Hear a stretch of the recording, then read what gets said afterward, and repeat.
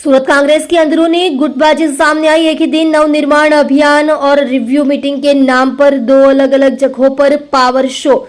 सूरत शहर और जिला कांग्रेस में चल रही अंदरूनी कलह और गुटबाजी एक बार फिर सामने आ गई है। शहर में कांग्रेस नवनिर्माण अभियान के तहत एक ही दिन दो अलग अलग प्रोग्राम होने से राजनीतिक गर्मी बढ़ गई है। एक तरफ भट्टर इलाके में नाराज कांग्रेसियों का कन्वेंशन हुआ तो दूसरी तरफ कतारगाम में शहर कांग्रेस की तरफ से ऑफिशियल रिव्यू मीटिंग हुई। एक ही दिन हुए इन दो पैरेलल प्रोग्राम से यह साबित हो गया कि सूरत कांग्रेस में सब कुछ ठीक नहीं चल रहा है और दोनों ग्रुप एक दूसरे के खिलाफ पावर दिखा रहे हैं। दोनों ग्रुप के नेताओं की लीडरशिप में अलग अलग कन्वेंशन। शहर में कांग्रेस के दो ग्रुप साफ तौर पर देखे गए।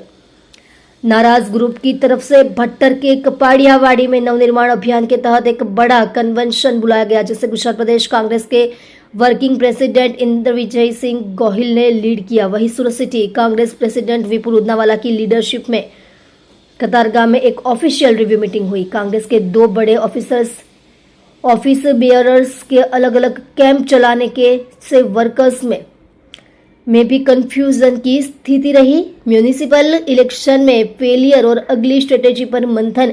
कांग्रेस सूत्रों के मुताबिक सूरत म्यूनिसिपल कॉर्पोरेशन इलेक्शन में कांग्रेस का परफॉर्मेंस बेहद खराब रहा। यह फेलियर क्यों हुआ और कहां कमियां रह गई, इन पर मीटिंग्स में डिटेल्स में चर्चा हो रही है।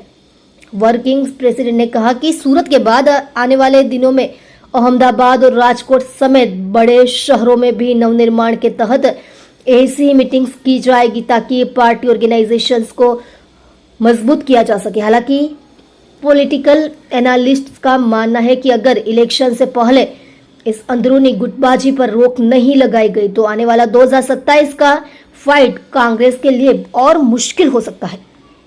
आप देख रहे हो MPS 24 live news channel Parasmal Prajapati के साथ। તમામ જિલ્લાઓના મહત્વના આગેવાનો આજે કોંગ્રેસ નવનિર્માણના અભિયાનના માધ્યમથી જ્યારે સુરત ખાતે એકત્રિત થયા છે, કઈ રીતે પક્ષના સંગઠનની શક્તિ વધારી શકાય, રાહુલ ગાંધીજીએ જે ચેલેન્જ પાર્લામેન્ટની અંદર આપી છે કે આવનારી વિધાનસભાની ચૂંટણીમાં 2027માં ભારતીય જનતા પાર્ટીને અમે હરાવીશું, તો એ ચેલેન્જને પાર પાડવા માટે સંગઠનમાં હજી કયા પ્રકારની અસરકારકતાની જરૂર છે। વર્તમાન ચૂંટણીના જે પરિણામો આવ્યા છે ચોક્કસ નિરાશાજનક પરિણામો આવ્યા છે, ત્યારે આ પરિણામોનું વિશ્લેષણ શું હોઈ શકે। કોંગ્રેસ પાર્ટી એક પરિવાર છે, પરિવારમાં મતભેદ હોય, વિવાદ હોય એ સ્વાભાવિક છે, પરંતુ સંવાદ ન હોય એ સ્વાભાવિક નથી। ત્યારે કોંગ્રેસના તમામ આગેવાનો સાથે દક્ષિણ ગુજરાતના કાર્યકરો સાથે સંવાદ કરવાના ઉદ્દેશ્યથી આજના કાર્યક્રમની મીટિંગનું આયોજન કરવામાં આવ્યું છે।